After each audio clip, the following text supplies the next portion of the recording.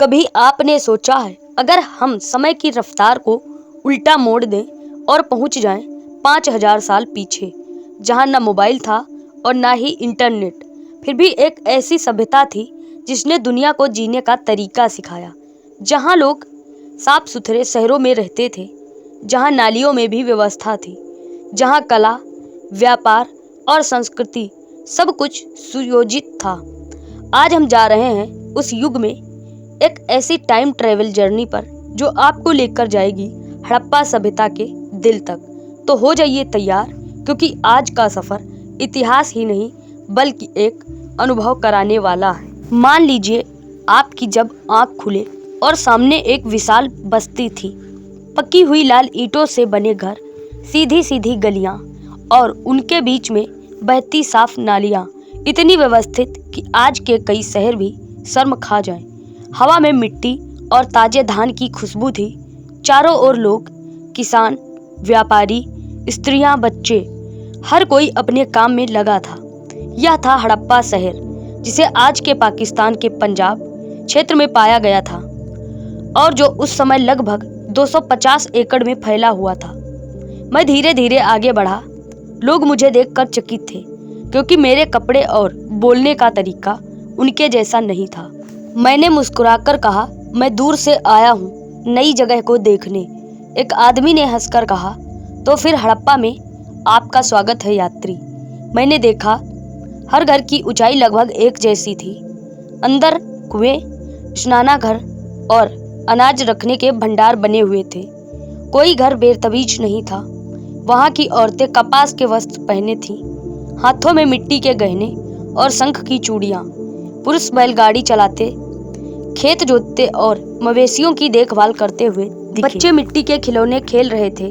कुछ खिलौने ऐसे थे जिनके पहिए घूम रहे थे जैसे कि छोटी कारें हों। ऐसे खिलौने वास्तव में मोहनजोदड़ो और हड़प्पा की खुदाई में मिले हैं। मैंने एक बाजार में भी देखा, जहां लोग मोतियों, तांबों के औजारों और कपड़े बेच रहे थे। वहां से मेसोपोटामिया, इराक तक का व्यापार होता था। मुझे ऐसा एहसास हुआ कि ये लोग वाकई दुनिया के सबसे पहले अंतर्राष्ट्रीय व्यापारी थे। शहर के बीचों बीच एक विशाल मंच जैसा स्थान था। वहां लोग एक मूर्ति की पूजा कर रहे थे। मिट्टी से बनी 3 मुख वाली आकृति शायद प्राचीन शिव के रूप में थी। दीवारों पर खुदे हुए चिन्ह, ऐसे चिन्ह जिन्हें आज तक कोई नहीं पढ़ सका। वो हड़प्पा की लिपि थी जो आज भी अनसुलझी है। मैंने अपने नोटबुक में लिखा, इतिहास कहता है कि इनकी लिपि चित्रात्मक थी, लेकिन असल में शायद ये भावनाओं का कोड था, जिसे समझने के लिए दिल चाहिए था, भाषा नहीं। मैंने देखा, हर गली में जल निकासी की पाइपलाइन थी जो मुख्य नालियों से जुड़ी थी। नालियों के ऊपर ढक्कन लगे थे, मतलब ये लोग स्वच्छता के सिद्धांत पहले ही जान चुके। उनके पास मानक तोलने के पत्थर, मापने की इकाइयां और पक्की हुई ईंटों का समान आकार था। सब कुछ मापदंड पर आधारित था, कोई अनियमितता नहीं थी। मुझे लगा जैसे किसी आधुनिक नगर नियोजन विभाग में घूम रहा हूँ। अचानक शाम के वक्त लोगों के चेहरों पर बेचैनी दिखी। किसी ने कहा, सिंधु नदी बढ़ रही है। दूसरे ने कहा, पानी ने खेत डुबो दिए। मैं ऊंचे टीले पर चढ़कर बोला, वाकई नदी ने अपना रास्ता बदलना शुरू किया था। इतिहासकार मानते हैं कि घग्गर हकरा नदी के प्रवाह परिवर्तन से ही यह सभ्यता कमजोर पड़ी थी। लोग अपने घरों में चीजें समेट रहे थे, मिट्टी के बर्तन, मूर्तियां, अनाज, सबको बचाने की कोशिश कर रहे थे। कई लोग नई जगहों की ओर निकलने लगे, कुछ दक्षिण की ओर, जहां बाद में लोथल और धोलावीरा जैसी बस्तियां बनी।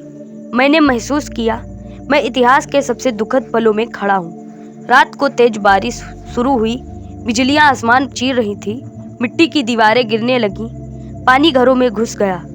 लोगों की चीखें और बच्चों का रोना और मिट्टी में समाती सभ्यता, सब कुछ मेरे सामने था। मैं कुछ करना चाहता था, पर मैं जानता था मैं इतिहास का हिस्सा नहीं बन सकता।